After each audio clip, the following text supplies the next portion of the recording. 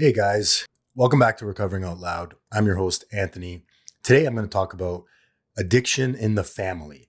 Addiction is a family disease, but I want you to know today that it is also a family recovery. Everybody plays a role in both processes. I know this impacted me this time around after my relapse significantly deeper than before because I lived with somebody, my wife, who was privy to my addiction front row, front and center. I know now what I put her through and the amends that I've had to make in the process. And it was a lot. I know how hard it is. I've never experienced it personally with somebody else, friends here and there, but living with someone with an addiction is a whole other ball game, a whole other level. And so today I want to commend you, first of all, if you are struggling with somebody that's in your life that is going through addiction. It is a helpless job. It is a thankless job. It is a lonely feeling. This feeling of isolation and lack of control can really spiral us out of control. And I work with a lot of families that are trying to get their loved ones into treatment. And it is heartbreaking to hear some of the stories of, he's such a smart guy and I don't understand when he drinks and uses, he's a different person. Yes, that's true. When we use and drink, it is Dr. Jekyll and Mr. Hyde. That is not your son in there. That is not your husband, your wife. That is addiction. That is their addict self. And to get to the recovery process, a lot needs to happen beforehand, but you can control what you can control, which is essentially your own mental health. A lot of this isn't going to be good news, but there are steps you can take. And I'm going to go through that today. So when I was going through my relapse, my wife was calling the morgue every night. She was calling hospitals. She was calling police stations because she didn't know where I was. I would disappear for days at a time. And we often hear this in addiction. I'm only hurting myself. I'm only hurting myself. Nobody else it's just me. Stop worrying about me. I'm fine. I've got this.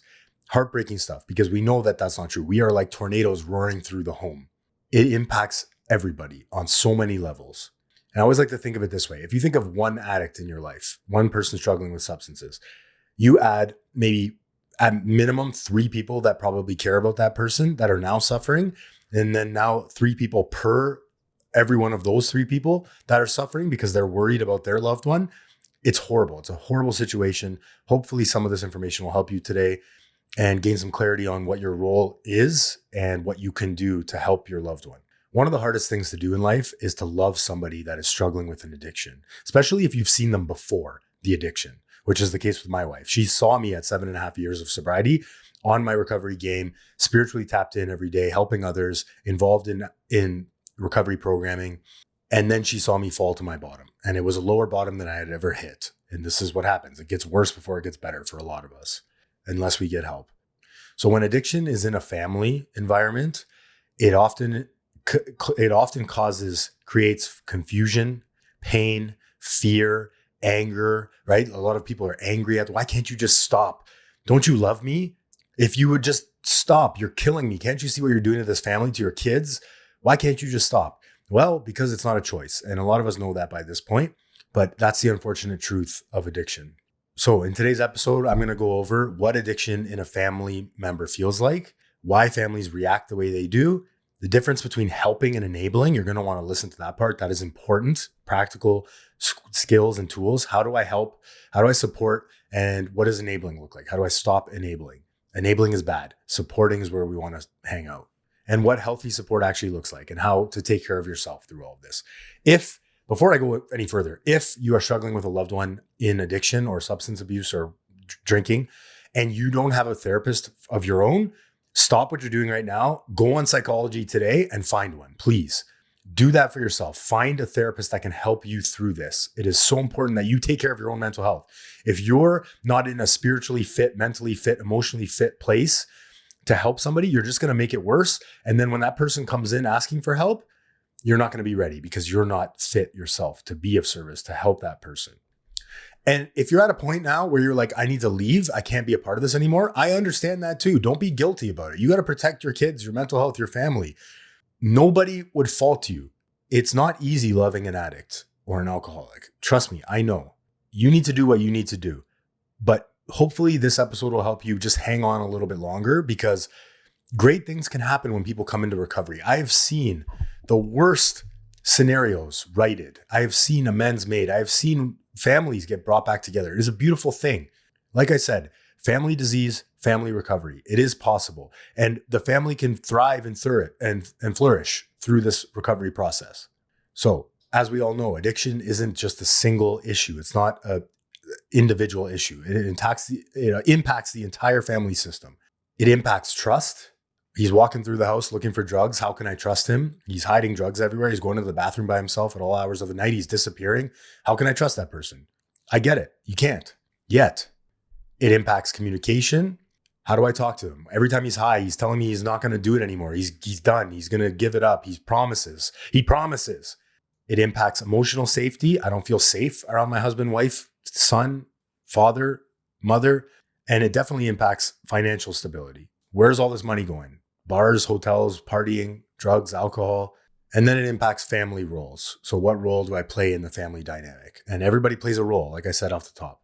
What a lot of people don't realize is that families can actually start adapting to the addiction. So we start to change our behaviors in reaction to the addiction, in response to the addictive patterns, behaviors, even gambling. Some examples of this are covering up for somebody's behavior. So he's missing work or he's missing family functions and I'm covering him, making excuses for them. Oh, he's making up lies, making up stories so that people don't know what's going on. It's a shameful place to be. I don't want to tell people my husband's struggling with alcohol. It's embarrassing. Unfortunately, it's embarrassing, but we need to reduce the stigma. There are so many people out there that are struggling with this and have gotten through it. Trust me when I say this, whatever your loved one is doing in their life right now, you're not alone. There are people that can help you that have been through it. Al-Anon is a great resource for people to use. I strongly advise you use it. Al-Anon recovery groups. It's free. There's meetings all over the place, online, in person. It helps you deal with the addiction in the family and with your loved one. So we start taking on responsibilities that they should handle and we avoid difficult conversations. I don't want to fight with them, so I'm not even going to bring it up this time. I get that. Over time, the whole family begins to revolve around the addiction. We're stepping on eggshells, as we say. We're walking around. We're constantly unsure if a bomb's going to go off, if we're going to get good dad today or angry dad, Jekyll and Hyde, like I said.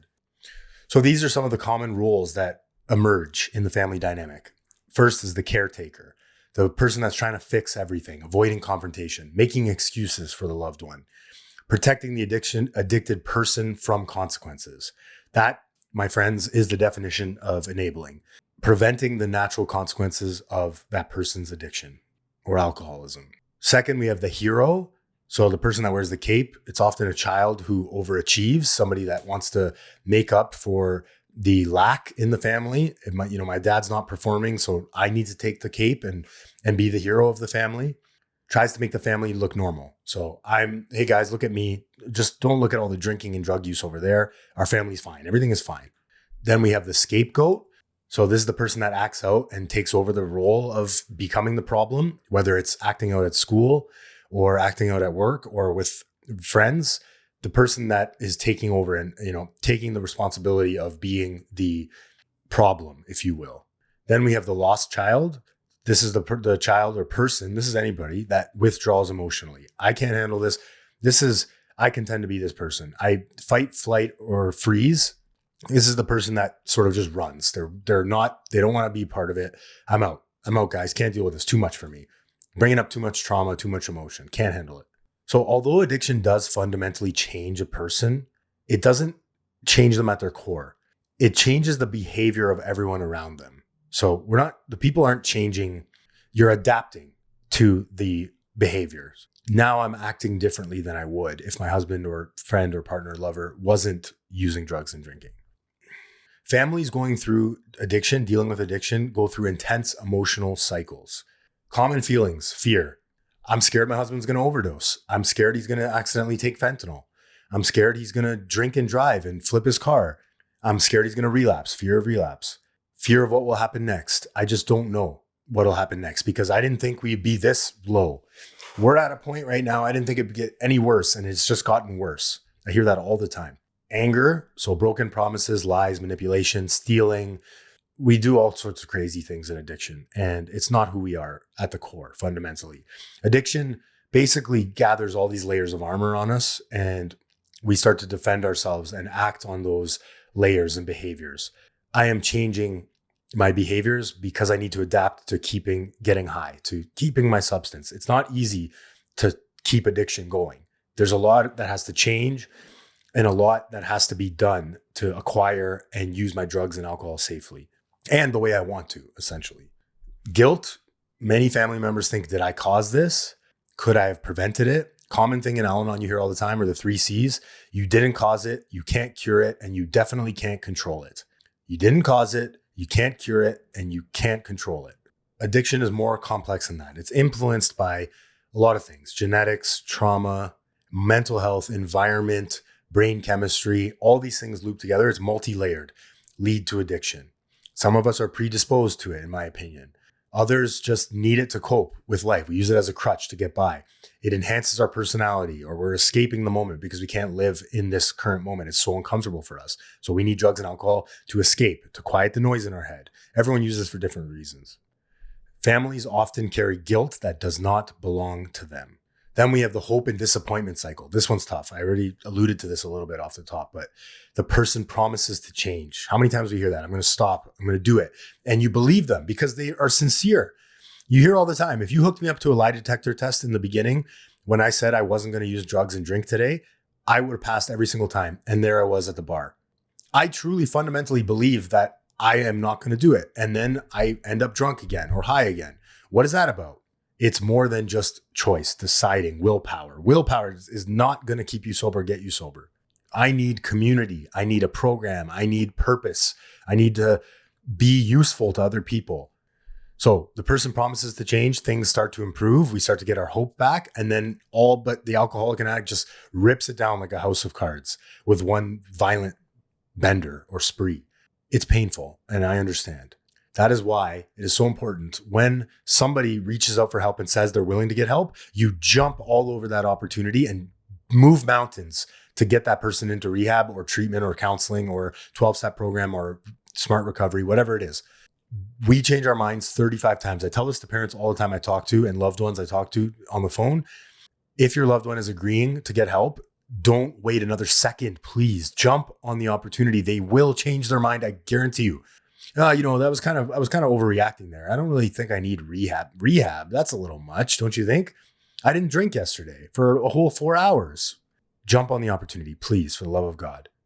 So all of this creates the family living in a state of hypervigilance. I'm constantly scanning, walking on eggshells. Like I said, I'm constantly aware of what my husband or loved one is doing at all times. And I'm scared.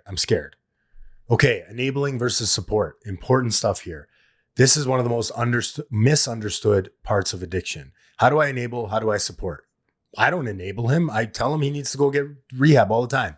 You are probably enabling in more areas than you think. So take a listen to this. As I said, enabling means protecting someone from the consequences of their addiction, the natural consequences of their addiction. So you're giving them money for a haircut or for bills they have to pay. That'll likely end up going to substances. Or if you pay for their groceries, now they have more money to buy drugs with. It's horrible. It sounds terrible. How do I not give my partner or son money? It's enabling. Another way is paying their bills repeatedly, lying to their employers or other people, covering for them, bailing them out of legal trouble again and again, and ignoring destructive behavior. So rationalizing it in your head when he goes out drinking and is hungover for 3 days. Oh, it'll get better. It'll get better. It's not going to get better. Trust me. If somebody has crossed the line into compulsive use and addiction, it won't get better. It might seem that it's getting better on their own, but nobody can do it on their own. No act of willpower. Once somebody crosses that line into addiction, and how do I know someone's crossed that line into addiction? Well, if they're getting into consequences and they're still using despite consequences, if they tell you they want to stop and they can't, these are indications. If they are constantly doing things they're saying that they're never going to do, these are all signs. Enabling usually comes from love and fear. People often think if I don't help them, something terrible is going to happen. But in the inverse, this is the great paradox of it, unfortunately, helping them can actually unintentionally keep the addiction alive and drive them closer to their death, realistically. Supporting looks very different. This is what supporting looks like. Healthy support means encouraging treatment. I'm here when you're ready, but I'm not going to partake in you killing yourself slowly. I can't continue to watch you do this. I'm scared for your life. I'm scared for our kids' lives. I don't know what is going to happen next. I need you. I prefer if we get help. We can do it together. I'll drive you there. I'll look up places. I'll help you. Delaying the treatment is enabling. So another healthy support is encouraging boundaries, setting boundaries. And a boundary, I can go into a whole podcast about boundaries, but essentially it's, I am scared when you drink. I can't have you drinking in the house anymore. When you drink, I am not going to be around you. I am not going to partake in your behavior. I don't want you around the kids when you're drunk. And so you take the kids. I've heard this before, but boundaries are sort of our responsibility. We can't expect somebody to leave the house, especially if it's their house. And this is a tough one to wrap your head around, but I am removing myself from the situation. That is a boundary. And then the hardest part is when you say you're going to do it, actually following through. Don't do it alone. I tell parents all the time, get help, family members, loved ones, get people on your side to help you through this. Don't do it alone. An example of a boundary is, I love you. I want you to get help, but I can't give you money anymore. It's not abandonment. It's healthy support. So I guess I will dive into boundaries a little bit. And it's one of the hardest things for families to do because it feels like we're ostracizing the person. We're kicking them out. We're letting them die, but it's actually the opposite. Boundaries actually strengthen relationships. They don't drive them apart, done properly. Many people believe that it's being cold, cutting someone off, punishing them. Not the case. Boundaries are actually self-protection. So an example of healthy boundary, not allowing substance use in the home, like I said, not providing money, not lying to cover up behavior, not tolerating verbal or physical abuse. This is an important one. I cannot take your verbal or physical abuse anymore. Boundaries protect your mental health, your safety, the family's mental health and safety, and your emotional stability. Sometimes boundaries are the wake-up call that somebody needs. Maybe that boundary will push that person to a lower bottom, forcing them to get help or pushing them into a place where they're willing to accept help. Addiction thrives in chaos, and boundaries bring clarity back to the situation. Families need recovery too. One of the biggest truths in addiction recovery is that the family also needs healing. It's a family recovery, like I said. There's often a lot of codependency that happens, anxiety, trauma responses, burnout from trying to deal with addiction in our lives and loved ones dealing with addiction. So codependency for me is, I need you to love me so that I can love myself. This is the kind of behavior that develops over time. As long as my loved one is healthy, I'll be healthy. I'll be okay. It's not necessarily productive. It's not a healthy place to be, codependency.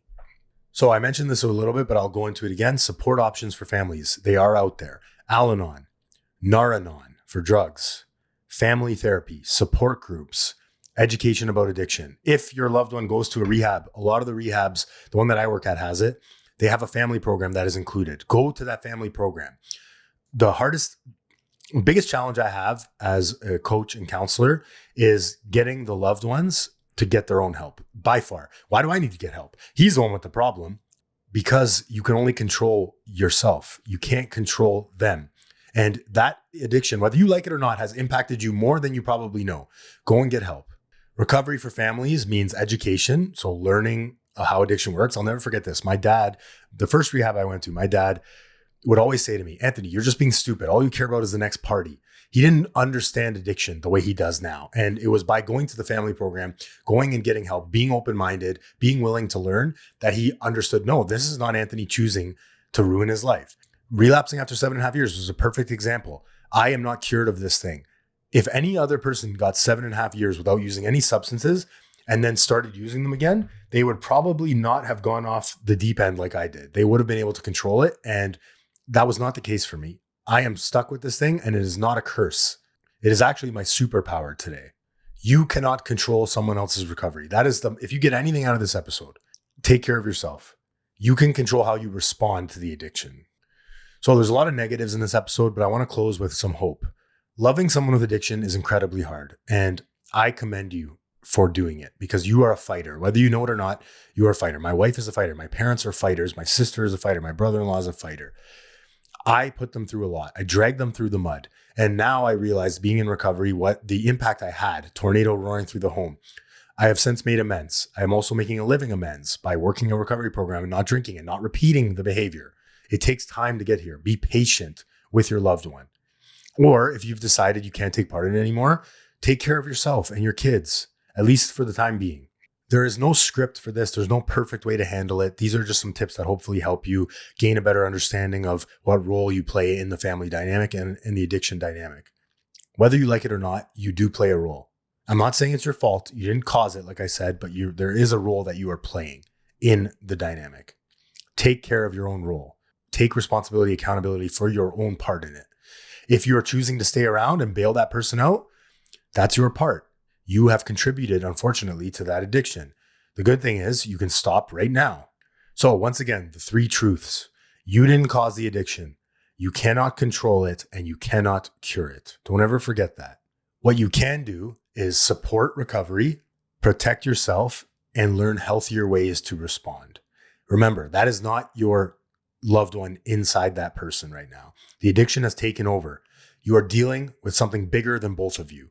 Try to separate the person from the addiction. That is one of the most helpful tidbits of advice I could give you. Separate the person from the disease.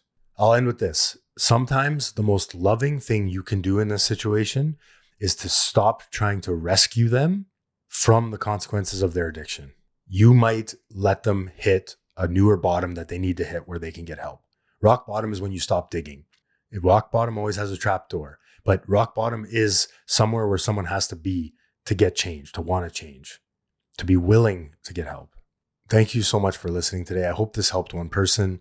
Please like, comment, and subscribe to the podcast. I appreciate all of you. I am going to be back in the studio with more guests coming up. I've just been busy and money is an issue right now, renting the studio. So I enjoy doing these ones. If you have any ideas, please send them to me. If no one has told you this today, I love you.